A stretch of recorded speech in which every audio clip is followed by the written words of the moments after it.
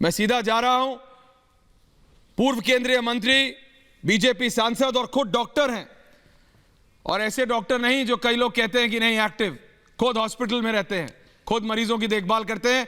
Doctor Mahesh Sharma सांसद है नोएडा से।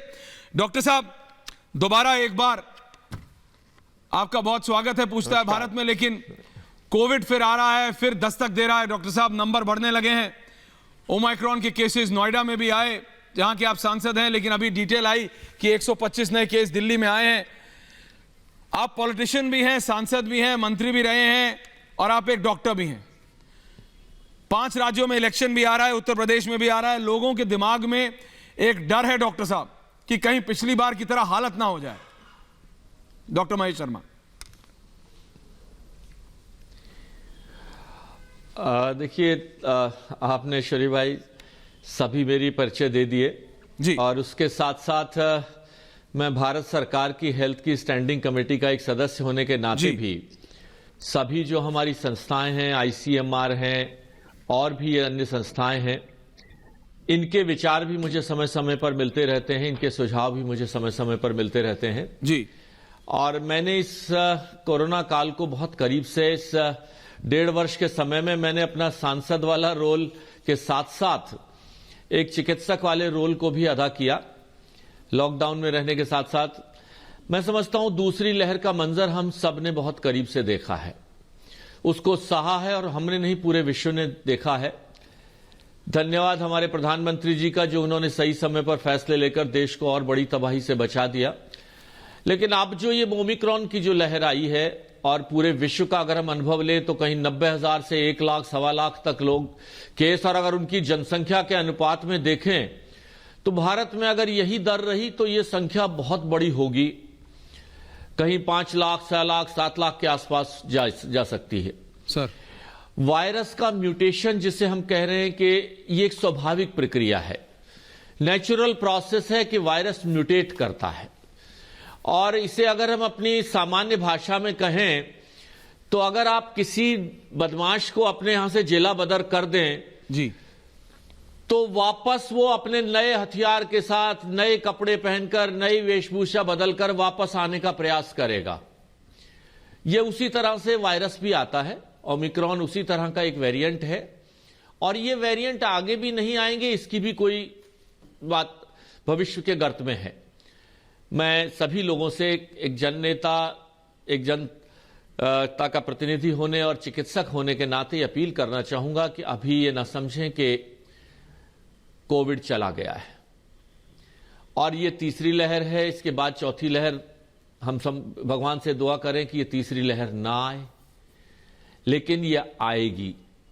अब ये कितनी गंभीर होगी, कितनी वायरुलेंट होगी, कितनी इन्फेक्शियस होगी, यह विषय एक अलग विषय है। मैं समझता हूं कि इस सब को ध्यान में रखते हुए हमें किसी भी तरह की कोई भी कोताही, और मैं स्वयं देख रहा हूं, मैं कई बार कई जगह जाता हूं, मैं खुद ही अकेला उन 100-200 लोगों के पीछे मास्क लगा हुआ, ऐसा लगता है ये कोई नया बेवकूफ आ गया है, बाकी सब समझदार हैं। और हम कईयों को, औरों को भी कहते हैं कि भाई इतने लोगों को ये वायरस नहीं हो रहा, फैल रहा, तो तुम्हें क्या हो जाएगा। ये वायरस उन सब पिछले वेरिएंट वायरसों से 3 गुना ज्यादा, जैसा कि WHO ने प्रेडिक्शन किया है, 3 गुना ज्यादा हमारा इन्फेक्शियस है, यानी इसकी संक्रमण की दर 3 गुना ज्यादा है।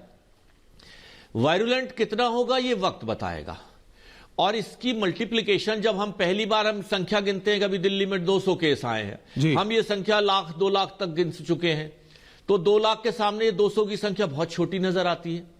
लेकिन जब ये मल्टीप्लाई करेगा और ये जब जिस दिन 10,000 हो जाएंगे तो 200 से 10,000 पहुंचेंगे, 6 हो सकता है 15 दिन में पहुंचे, महीने में पहुंचे, लेकिन 10,000 से फिर 20,000 और 20,000 से 40,000 होते हुए वो संख्या इतनी तेजी से मल्टीप्लाई करती है कि वो महीनों और हफ्तों का समय दिनों और घंटों में आने लगता है।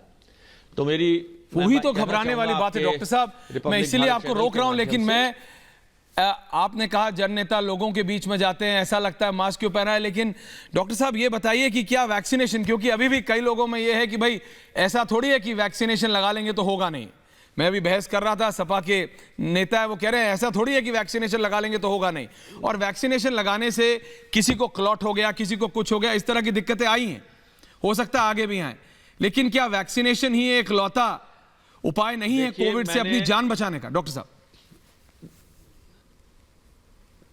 देखिए, वैक्सीनेशन लगाना जरूरी है और इस वैक्सीनेशन से बचते हुए लोगों को उनकी सीवियरिटी ऑफ इलनेस होते हुए मैंने अपनी आंखों से देखा है।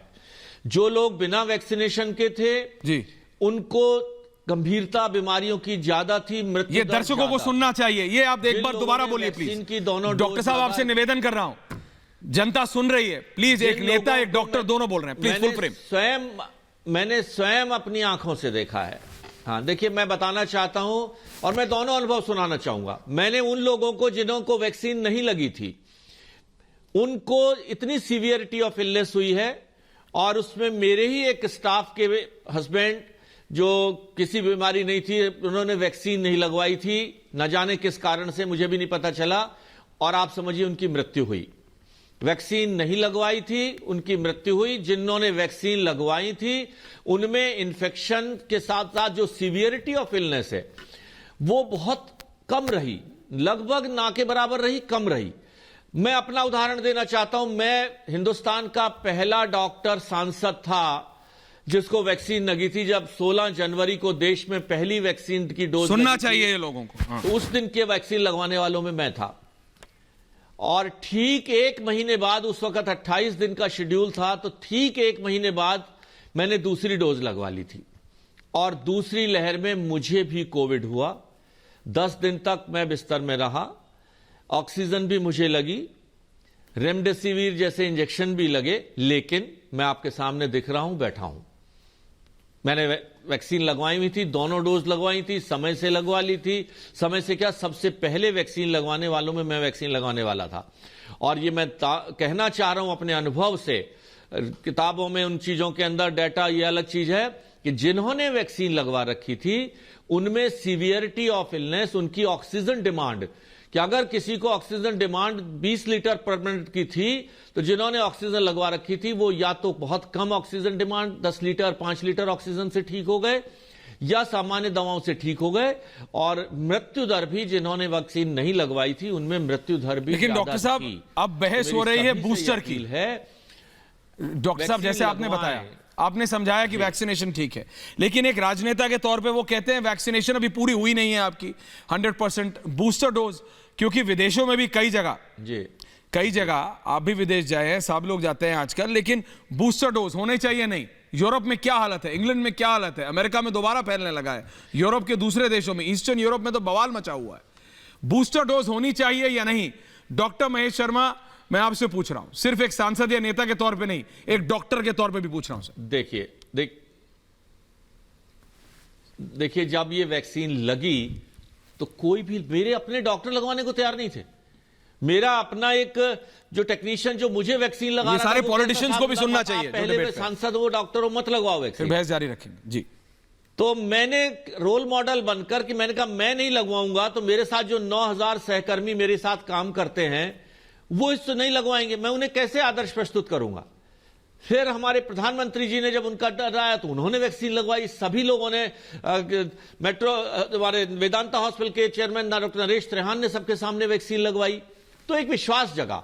लेकिन ये शुरुआत हम किसके इशारे पर काम करते हैं? एक संस्था है WHO, हमारे वैज्ञानिक, उनके लिए ICMR एक संस्था, Indian council of medical research, हमारी हेल्थ मिनिस्ट्री, लगातार ये चर्चा चल रही है कि बूस्टर डोज कब लगे, किसको लगे, उस पर वर्क जारी है। देखिए, बूस्टर डोज की जरूरत पड़ेगी, इसमें कोई दो राय नहीं है। हर वैक्सीन की अपनी एक लाइफ होती है, और विश्व के लोगों ने वैक्सीनेशन दूसरी बूस्टर डोज की भी अलाउ कर दिया है। अब सवाल एक, हमारे देश में ये वैक्सीन की बूस्टर कब लगे, ये काम हम अपने वैज्ञानिकों पर क्यों ना छोड़े, हमारी जो हेल्थ एजेंसीज हैं उन पर क्यों ना छोड़े। जब वो कहें, आज हमारे देश में ये मत ना समझे लोग, कोई भी कह रहे साहब वैक्सीन की कमी है, जब पहली डोज जिनको नहीं लगी, अरे भाई पहली डोज वाला अगर कोई नहीं लगवाना चाहता है, वो बेवकूफ बनना चाहता है, वो सिंसियरिटी सीरियसली सब इस डिजीज की नहीं समझना चाहता है, तो इसका मतलब जो समझदार 2 डोज लगवा चुका है उसे बूस्टर क्यों ना लगे? बूस्टर डोज का कब लगे, लेकिन इसका डायरेक्शन हमारी अपनी एक संस्था है, वो संस्था हमारी हेल्थ मिनिस्ट्री, हमारा आईसीएमआर, हमारा WHO। डॉक्टर साहब आप कह तो रहे हैं, लेकिन अब मैं चाहता हूं आप 1 सेकंड के लिए अपनी वो सांसद वाली टोपी पहन लीजिए। ऐसा लगता है हिंदुस्तान में तो राजनेता डिसाइड करते हैं, क्योंकि कोई किसी पार्टी के नेता खड़े होंगे, बोलेंगे देखो इससे तो नपुंसक हो जाते हो, किसी का खड़ा होगा कोई बोलेगा कि आपकी पार्टी आजकल पावर में, बीजेपी की, मैं नहीं लगवाऊंगा। आप लोगों के राजनेताओं के लाखों करोड़ों फॉलोअर्स होते हैं, अगर आज आप निकल जाएं, अगर आज किसी भी पार्टी का कोई भी बड़ा नेता निकल जाए तो उसके फॉलोअर्स होते हैं, और अगर वो ये बोलेगा तो लोगों ने तो उस चक्कर में हजारों लोग हैं जिन्होंने पहली डोज नहीं लगवाई है, एंड दिस इज क्रिमिनल। लेकिन पॉलिटिशियंस हैं, उनके खिलाफ कुछ होगा नहीं तो चल रही है भैया। नहीं डॉक्टर साहब सीरियसली कह रहा हूं। ऐश्वर्या जी आपने बिल्कुल सही कहा है। मैंने जब पहली डोज लगवाई थी तो ये रोल मॉडल बनकर कि मैंने खुद नहीं लगवाऊंगा तो 9000 मेरे साथ सहकर्मी कैसे लगवाएंगे। लारी जी सुनिए, तो मैं पहली डोज मैंने स्वयं लगवाई अपने, और तो इस बात को मैं समझता हूं हमें सबको, और जहां जहां देश हित की बात हो, जहां मानवता की बात हो, राजनीति नहीं होनी चाहिए। राजनीति करने के लिए बहुत अधिक मुद्दे हैं, बहुत सारे विषय हैं, यह मुद्दा राजनीति का नहीं है। जिन लोगों ने ऐसे वक्तव्य दिए हैं कि ये बीजेपी की वैक्सीन है, ये इससे कुछ बीमारी हो जाएगी और इस तरह की कॉम्प्लिकेशंस आ जाएंगी, वो लोग देश के छोड़ो मानवता के भी दोस्त नहीं है। बहुत बहुत बहुत बहुत बहुत धन्यवाद डॉक्टर साहब जी, बिल्कुल मानना चाहिए। बिल्कुल बिल्कुल, बहुत बहुत धन्यवाद डॉक्टर महेश शर्मा। नमस्कार।